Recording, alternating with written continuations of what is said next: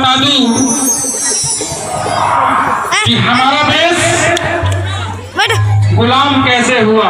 और कृपया रेलिंग पे ज्यादा लोग ना दें, शांति बनाए रखे। एक से एक प्रोग्राम आपके बीच है। तो मैं आपको बता दूं कि हमारा देश गुलाम कैसे हुआ, उसे मैं आपके बीच शेरो शायरी के माध्यम से प्रस्तुत करता हूं। और सबसे पहले मैं आपको यह बता देना चाहता हूं कि पहले राजतंत्र था, अब प्रजातंत्र है। यानी राजा का बेटा ही राजा हुआ करता था, अभी वाली बात नहीं थी। तो मुगल वंश में उमर शेख मिर्जा का बेटा था बाबर, बाबर का बेटा था हुमायूं, हुमायूं का बेटा था अकबर, अकबर का बेटा था जहांगीर, और जहांगीर का बेटा था शाहजहां, शाहजहां का बेटा था औरंगजेब, और औरंगजेब का बेटा था शाह मुअज्जम, जिसने पुष्पमित्र शुंग को मारकर शुंग वंश की स्थापना की थी। तो हमारे देश कैसे गुलाम हुआ, ये जहांगीर की एक बच्ची का तबीयत खराब हो जाता है और हिंदुस्तान का वैद्य उसे ठीक नहीं कर पाता है। तो चूंकि राजा है तो उसके लिए इंग्लैंड से वैद्य आता है, और कैसे मेरा देश गुलाम हो रहा है इसको मैं शेरो शायरी के माध्यम से प्रस्तुत कर रहा हूँ। इसलिए जो भी कॉन्शियस पीपुल है, जो भी हमारे स्टूडेंट हैं, ये आपके हक की भी बात है, इसलिए शांति बनाकर सुने। भारत में इत्तिफाकन मुगलिया सल्तनत थी, जहांगीर की एक लड़की बीमार जब पड़ी थी। इंग्लैंड में तब भारत में एक आया, भगवान बन गया वो लड़की की जिंदगी में।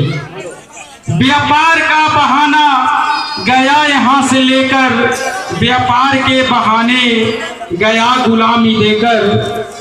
सिपाही विद्रोह हुआ, 57 चल रहा था, भारत जल रहा था, दुनिया बदल रहा था। अंग्रेजी सेना जब आई, दिखाने लगी कारनामा, भगत सिंह की मृत्यु बन गया एक फसाना। लक्ष्मीबाई की मृत्यु पर टिकी थी सब निगाहें, था बात का जो मंजर लाई थी गर्म आहे।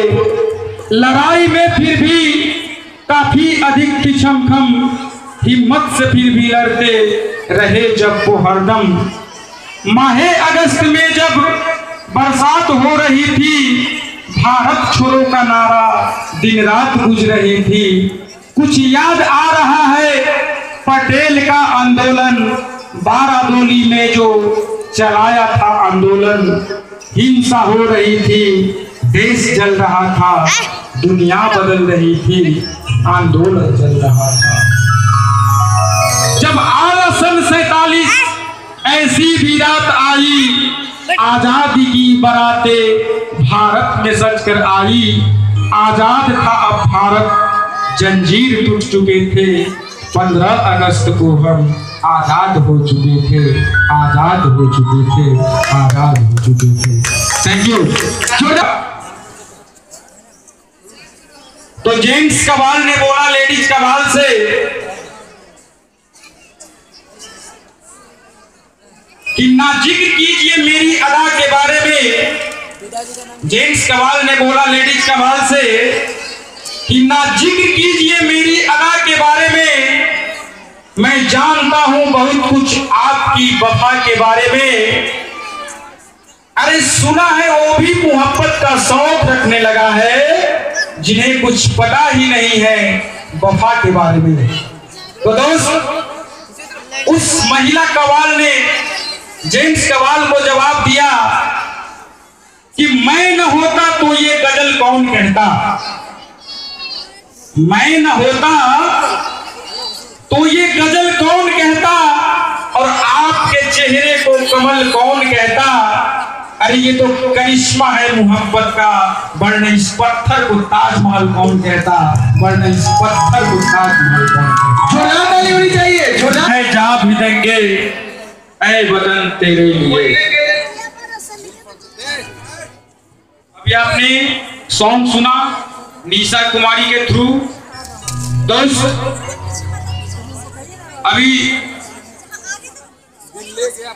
जो भी हमारे बड़े बुजुर्ग हैं, आज हमें बहुत अच्छा लग रहा है कि सब लोग मौजूद हैं, क्योंकि साल में एक बार प्रोग्राम होती है।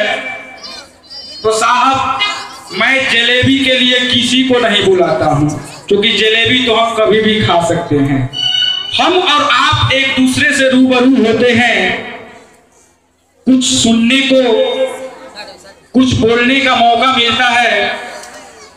तो एक चीज मेरा कहना है, करवा सच, लेकिन इस बात को कोई मानते नहीं है। दोस्त किसी कवि ने कहा है कि तेरे जितने हैं भाई वक्त का चलन देंगे, छीन कर तेरी दौलत 2 ही गज कफन देंगे, 2 ही गज कफन देंगे। तेरे जितने हैं अपने सब ये तेरे साथी है, कब्र है तेरी मंजिल और ये बाराती है। तेरी सांसें छूटते ही रिश्ते छूट जाएंगे, बाप माँ बहन बीवी बच्चे छूट जाएंगे। तेरी सारी उल्फत को खाक में मिटा देंगे और तेरे चाहने वाले तुझे खाक में मिला देंगे। इसलिए कहता हूं, खूब सोच ले अपने दिल में, क्यों खपाए बैठा है तू जान अपनी मुश्किल में। अरे मुट्ठी बांध के आने वाले हाथ पसारे जाएगा, धन दौलत जागीर से तूने क्या पाया क्या पाएगा।